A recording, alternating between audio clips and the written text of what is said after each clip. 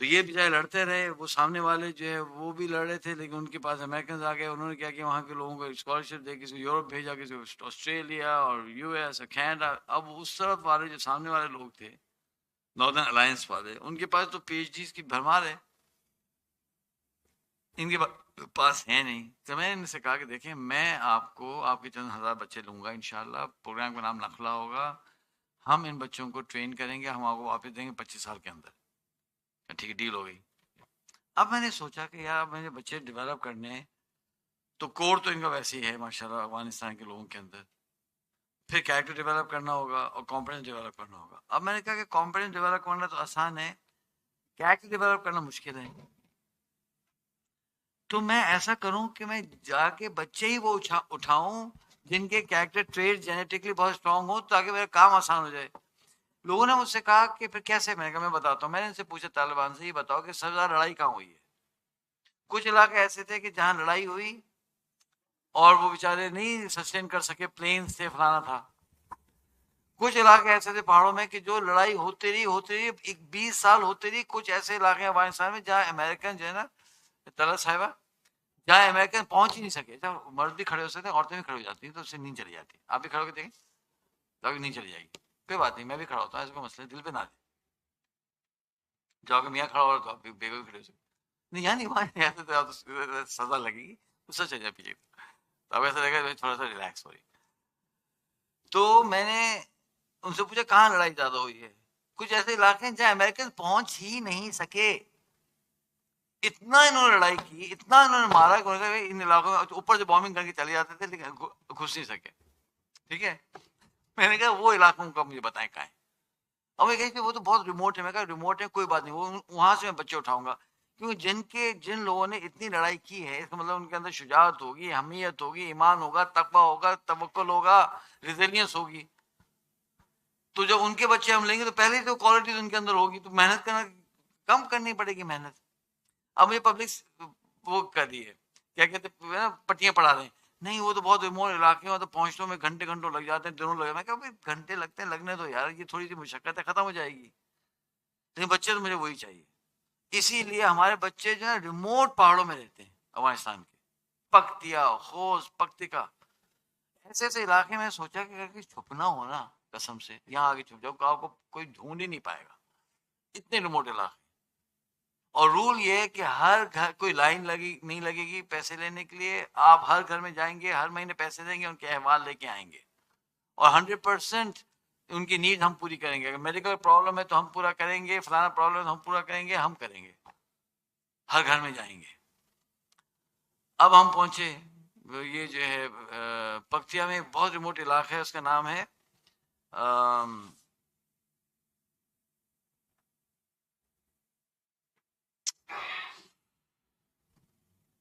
کیا نام ہے یار، بہت ریموٹ پہاڑ ہے. وہاں پہ ہم پہنچے تو وہاں میں نے دیکھا کہ یار اتنے جنگ، یعنی اتنے سنگلاخ پہاڑوں میں لوگ رہ رہے. میں ان سے کہا کہ یار مجھے سمجھاؤ ایک بات، جو ہمارے ساتھ لوگ تھے. میں کہا یہ لوگ یہاں کیوں رہتے؟ نہ پانی ہے یہاں، اتنے سخت حالات ہیں، یہ کیوں نہیں نیچے چلے جاتے پانی کی جگہ پہ اور زرخیز جگہ پہ؟ کہنے لگے کہ یہاں ان کے اخروٹ کے اس کے یہ ہوتے چلغوزے کے درخت ہیں، اور وہ چلغوزے کے درخت جو ہے نا وہ ان کے آتے ہیں وراثت میں. اور چلغوزہ بہت مہنگا بکتا ہے، تو وہ درختوں کی وجہ سے یہاں رہتے ہیں، وہ درختوں سے یہ لوگ یہاں پہاڑوں میں رہتے ہیں. تو میں نے کہا یار چلغوزہ نیچے لگا لو. کہ یار آپ کو نہیں پتا سلیمان صاحب؟ نہیں، کہتے چلغوزہ کا درخت اگایا نہیں جا سکتا، وہ نیچرلی اگتا ہے، اب اس کو لگا نہیں سکتے. ان درختوں کی وجہ سے یہ لوگ وہاں پہاڑوں میں رہتے ہیں. سمجھ آئی بات؟ کسی کو 20 درخت ہیں، کہ 30 درخت ہیں، 40 درخت ہیں، تو وہ پہاڑوں میں رہتے ہیں. بچوں وہ اتنے سخت راستے ہیں. میں نے جب گاڑیاں خریدی تو میں نے کہا جو لکڑ ہضم پتھر ہضم گاڑی ہے نا دنیا کی 4 ویل ڈرائیو، وہ پتہ ہے کون سی؟ وہ ہائی لیکس ہے، Hilux, Toyota Hilux. اس کی ٹکری گاڑی بہت مشکل سے ملے گی. یہ ہے لکڑ ہضم. تو میں نے 2 ہائی لیکسز خریدی. اب مجھے یہ کہہ رہے ہیں جی وہ جو فلانی جگہ آپ نے جانا ہے نا، اس کا نام سے نکل رہا ہے، اس جگہ کا نام پکتیا میں ظلمت نہیں، ظلمت ہے، اور وہ ہماری ویب سائٹ کھولو گے نا اس میں وہ جگہ کا نام آ جائے گا، بول رہا ہوں. تو کہنے لگی جی ہم تو ہائیلیکس نہیں لے کے جاتے. میں کیوں؟ کہ وہ سڑک پہ ہائیلیکس. میں کیا ہو گیا یار، ہائیلیکس نہیں جا سکتی اس سڑکوں پہ؟ کہ سر دیکھیں نا ہائیلیکس ہم لے کے جائیں گے گاڑی تباہ ہو جائے گی. میں تم کرتے کیا ہو؟ کہہ رہے ہم گاڑی جو ہے نا روڈ پہ چھوڑتے ہیں، یعنی ایک پوائنٹ تک گاڑی جاتی ہے، پھر ہم گاڑی وہاں روڈ پہ کھڑی کر دیتے ہیں، پھر وہاں کی جو لوکل جیپس ہیں نا ان میں جاتے ہیں. میں نے کہا یار لوکل چیز تو بڑی انکمفرٹیبل ہوگی یار، بیگم بھی ساتھ ہیں. کہ نہیں ایسے ہی ہوتا ہے. میں دیکھتے ہیں. میں سوچا میں لے کے چلا جاؤں گا اپنی ہائیلیکس، ایک دفعہ کرو. اور لوکل کی پرانی گاڑی ہوتی ہے. میں جب وہاں پہنچا نا اور میں دیکھا نا وہ سارا، میں نے کہا یار واقعی یہاں تو گاڑی ختم تباہ ہو جائے گی. یہ تو جیپ ٹریک بھی نہیں ہے، وہ پتھر ہیں، پتھروں میں جاؤ آپ. اور وہ لوکل بندے کو وہ ہوتا ہے گرپ کے، وہ پتھروں پہ گاڑی سلائڈ ہو رہی ہوتی ہے، اس گاڑی کو بچا کے نکالتا ہے. کبھی وہ نہروں سے گزر رہی ہوتی ہے فلانے سے. میں نے کہا کھڑی کرو بھائی گاڑی ہماری، یار یہ تو واقعی خراب، یہ تو ختم ہو جائے گی گاڑی. ایسے سڑکیں. پھر وہاں پہنچے، اب ہر گھر جا رہے ہیں ہم. تو انہوں نے مجھ سے کہا کہ ہم نے نا اصول کو تھوڑا چینج کیا. میں کیوں؟ کہنا ایک خاندان ایسا ہے، بیوہ خاتون ہیں، بچے ہیں، اور ان کا ضعیف سسر ہے، جو یہاں سے 4 گھنٹے کی واک پہ رہتے ہیں. یعنی یہاں سے آگے وہ جیپ بھی نہیں جا سکتی.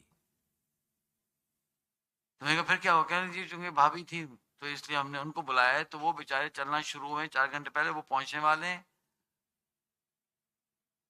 تو میں نے کہا آپ نے رول توڑ دیا. میں کہا میں اپنی بیگم کو تیار کر کے لے کے آیا تھا کہ چلنا پڑے گا، تم چلو گی.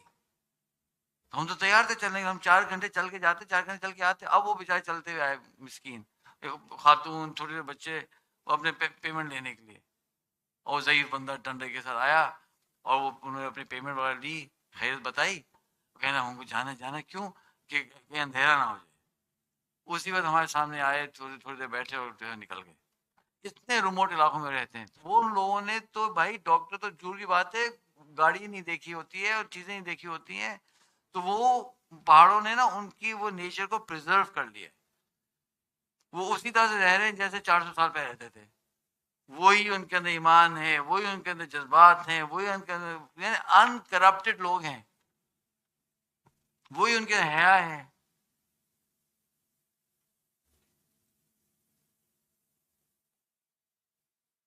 تو میں گاڑی ڈرائیو کر رہا تھا تو وہ سال بار میں سو رہا تھا پہاڑوں میں، افغانستان میں.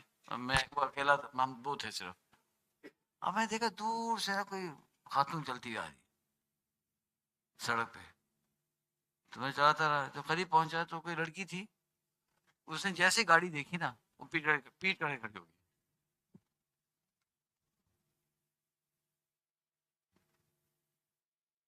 جب تک گاڑی نہیں گزرے گی وہ پیٹ. یہ حیا اس کو کوئی بتا رہا ہے کہ تم اس طرح کرو، کہیں اس کی کتاب میں لکھا ہوا تھا؟ بس وہ ہے نیچرل. دوسرا کام کیا کریں گی؟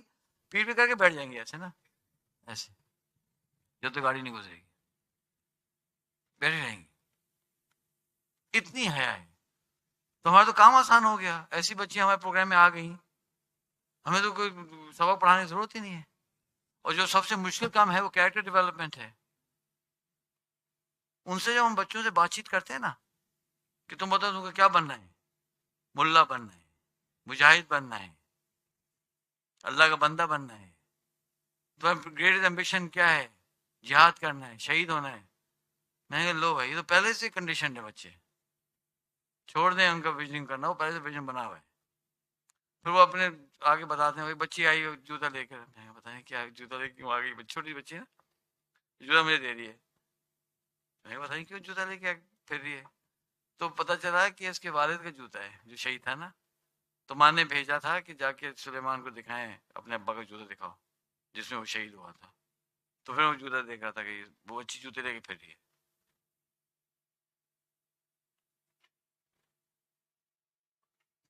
تو یہ وہاں کیریکٹر ہے. اس لیے وہ جو آپ کے سوال کا تفصیلی جواب، اسی لیے آپ لوگ پوچھتے ہیں آپ کا دماغ خراب ہے یار پہاڑوں میں. دماغ نہیں خراب ہے، اس لیے ہم گئے ہیں پہاڑوں کے اندر.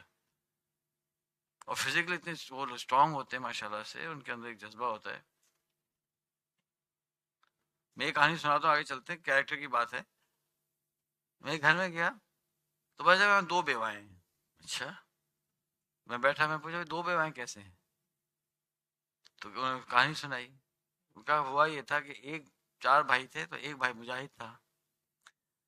تو وہ کیا کرتے, مجاہدین کیا کرتے تھے کہ وہ تو آ نہیں سکتے نا کہیں سے وہ ہو جائے مخبری, کہ افغان نیشنل آرمی پہنچی ہوئی تھی. وہ کیا کرتے تھے, چھپ چھپ کر 3-4 مہینے میں چھپ کر آتے تھے. ایک رات کے لیے عشاء میں پہنچے, بیگم سے ملاقات کی, بچوں کو دیکھا, پیار کر کے نکل گئے. اس طرح سے ہوتے تھے. تو وہ آیا چھپ کر, وہ آیا اور مخبری ہو گئی, وہ انفارمیشن مل گئی. اس گھر کا انہوں نے گھیراؤ کر لیا, امریکن نے اور افغان نیشنل آرمی کے لوگوں نے گھیراؤ کیا. پتہ نہیں کتنی 20-30 گاڑیاں آئیں, وہ گھر میں تھا, وہ گھس گئے. چلو بھائی, سارے مردوں کو جمع کیا, ان کو وہ نہیں جو پلاسٹک کے ہوتا ہے, وہ ہینڈ کف کر کے سب کو بٹھا دیا لائن کے اندر. عورتوں کا کمروں میں چلے جاؤ. ان سے پوچھا کون ہے وہ مجاہد, وہ بیٹھے تھے 4-5 بھائی تھے, چچا تھے, والد تھے, اس طرح سے. یہ ہے, اٹھو اور چلو اپنے کمرے میں جاؤ. اس کا جو بڑا بھائی تھا, اس نے کہا تم اس کو کہاں لے کے جا رہے ہو؟ اس میں بس لے کے جا رہے ہیں. وہاں جو 2-3 امریکنس تھے اور 2-3 افغان نیشنل آرمی کے لوگ اس کمرے میں تھے جب یہ ہو رہا تھا. اس نے تم اس کو مارنے لے کے جا رہے ہو, تم اس کو مارنے لے کے جا رہے ہو نا, کہ تم اس کو کیسے مارنے لے کے جا سکتے ہو؟ اس کا ہینڈ, اس کا ہاتھ بندھا ہوا ہے اس بندے کا. وہ کہ تم کیسے اس کو مارنے لے کے جا رہے ہو؟ یہ کریج ہو سکتی ہے کہ آپ کے سامنے لوگ کھڑے ہوئے, جان نکل جاتی ہیں لوگوں کی. اور یہ جو پختیا کے لوگ ہوتے ہیں نا, بڑے طاقتور ہوتے ہیں, اور ان کی ہائٹس بہت زیادہ ہوتی ہیں. میں نے پوچھا اتنی ہائٹس ہیں, چکر کیا ہے؟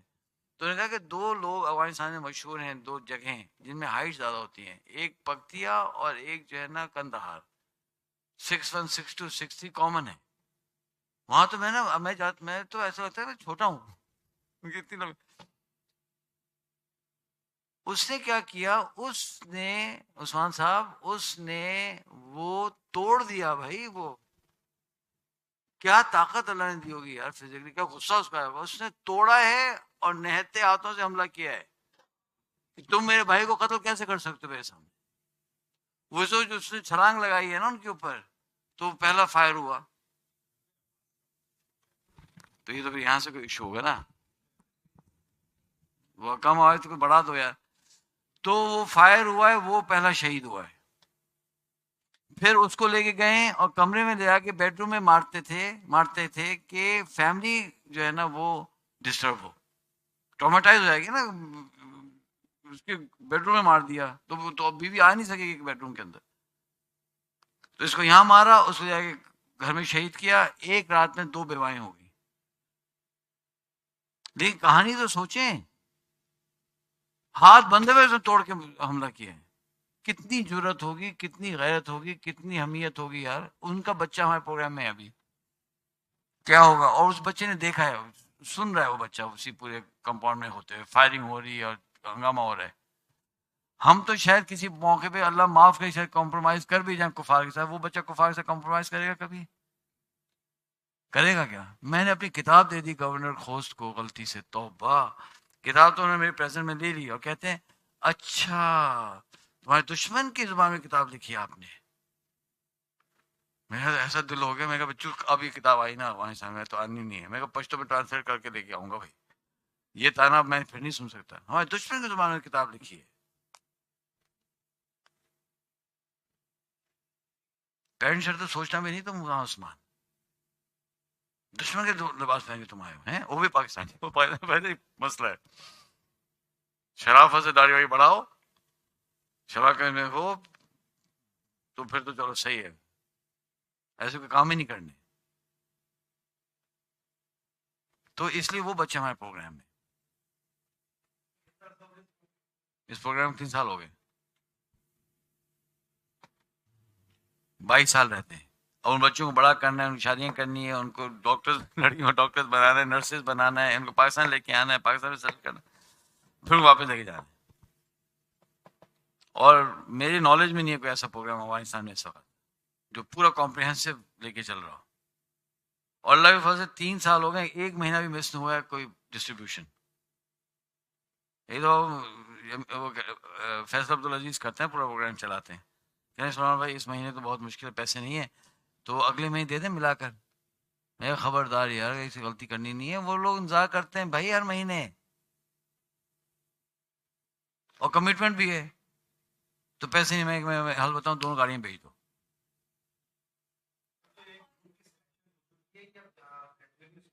ایڈ ہوتے جا رہے ہیں، ایڈ کرتے جا رہے ہیں.